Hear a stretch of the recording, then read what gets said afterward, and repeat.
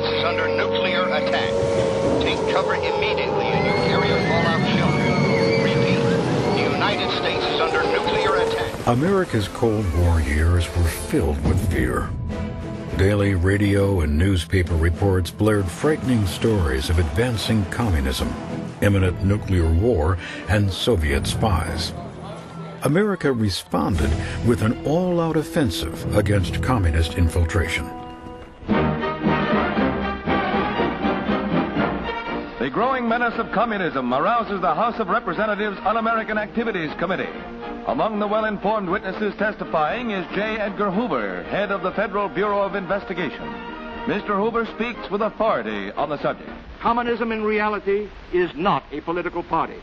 It is a way of life, an evil and malignant way of life. It reveals a condition akin to disease that spreads like an epidemic. And like an epidemic, a quarantine is necessary to keep it from infecting this nation.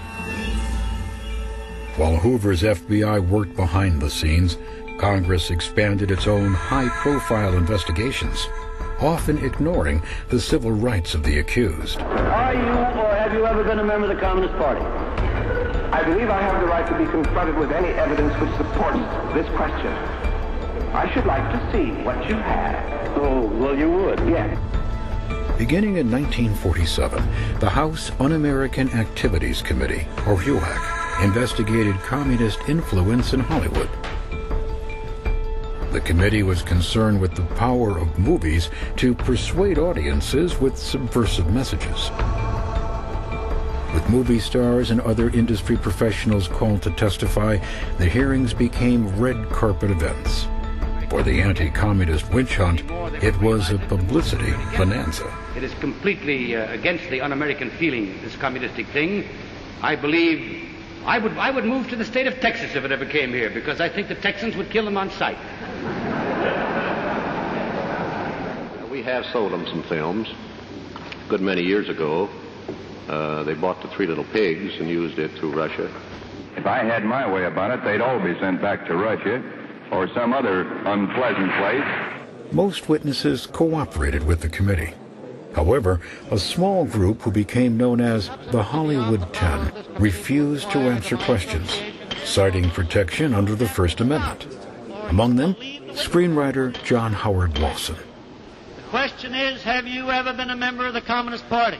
I am framing my answer in the only way in which any American citizen can frame his then answer you denied, to a question then which you, invades his, absolutely invades then his you right. denied, you refused to answer that question. Is that correct? I have told you that I will offer my beliefs, my affiliations, and everything else to the American public, and they will know where I stand, as they do from what I have written. Stand away from the stand. For Americanism for many years, and I stand away from the stand. For the Bill of Rights, which stand away from the stand. Therefore, it is the unanimous opinion of this subcommittee that John Howard Lawson is in contempt of Congress.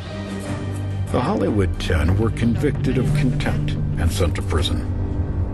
Thousands of others were blacklisted by the studios, forcing many talented movie makers into exile and obscurity.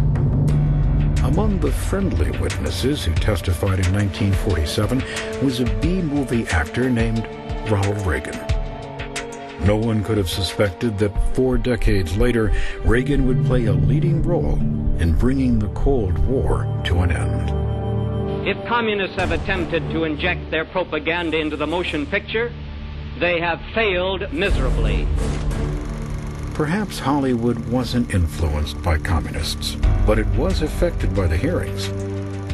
Movie studios added to the hysteria by cranking out such anti-communist films as Is This Tomorrow?, Red Planet Mars, and dozens of others.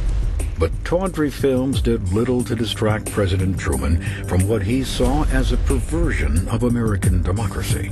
Now I'm going to tell you how we're not going to fight communism. We're not going to transform our fine FBI into a Gestapo secret police. We're not going to try to control what our people read and say and think. We're not going to turn the United States into a right-wing totalitarian country in order to deal with a left-wing totalitarian threat.